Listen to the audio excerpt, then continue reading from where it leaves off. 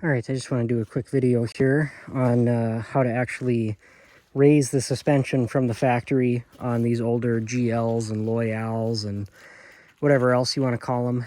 This one specifically is a Subaru GL, and I want to say it's an 80, where did I see that? Yeah, 82, 9 of 82, so it's an 83.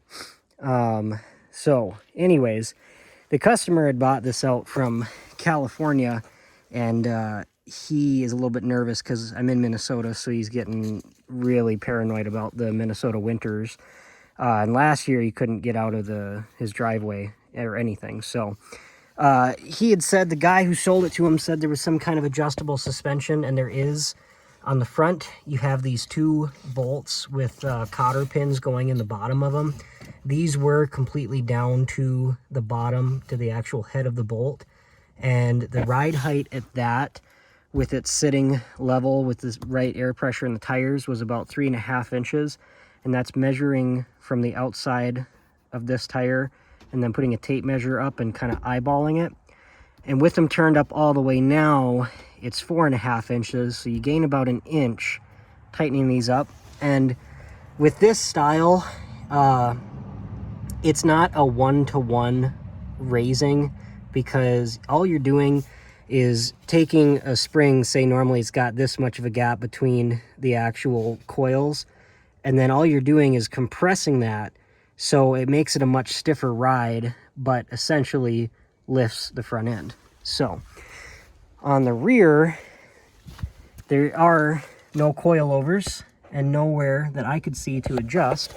I thought it had something to do with this bolt right here.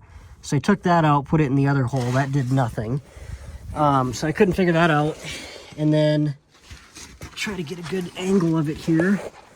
Right up there is a rubber plug in the floor pan. And then right below it is a 19mm bolt, or a 19mm head. So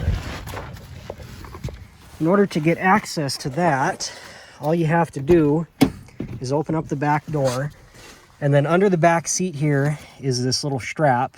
You pull that and it unlatches the back seat, and then you pull this foam out of the way, and then there's just this rubber plug which pops out, and then that's a 19mm bolt right there. And tightening it will push the bolt down, and then it's essentially on a pivot on the rear diff.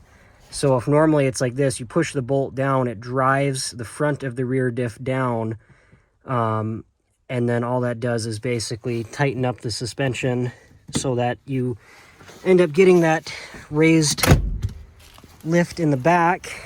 And back here, it was about 4 inches compressed, and then about 6 inches now with it sitting on the ground. So you went from 3.5 in the front and 4 in the rear. So you had about a 1/2 inch dip actually going towards the front end. And now you're going from 4.5 to 6. And again, these are all rough measurements. So you have a much steeper, you've got an 1.5 inch dip over the whole distance of the car. So I'll post a comment after he drives it through the winter here, as far as if it wears out the tires and whatnot. We have to replace the passenger tie rod, so he's going to have to get it aligned. Looking in the manual, I couldn't find anything about this. Looking online, I couldn't find anything about it, unless I worded it perfectly. And the way I worded it was Subaru GL suspension adjustment, or adjust height, something along those lines. Because if you look up adjustable suspension, you're going to get a bunch of adjustable coilovers for sale, but no actual information on this thing. So right now it's got about 96,000 miles. And again, he's from California. The car's from California. So I am also going to try to do some rust proofing on the car. But yeah, we'll drive it through a winter, see how tires wear on it. He may end up buying some winter tires for this as well. But we are going to get it aligned hopefully before winter, just to see. Again, there's a lot of hearsay about whether or not doing this does actually wear the tires out quicker or not, if it adjusts the suspension.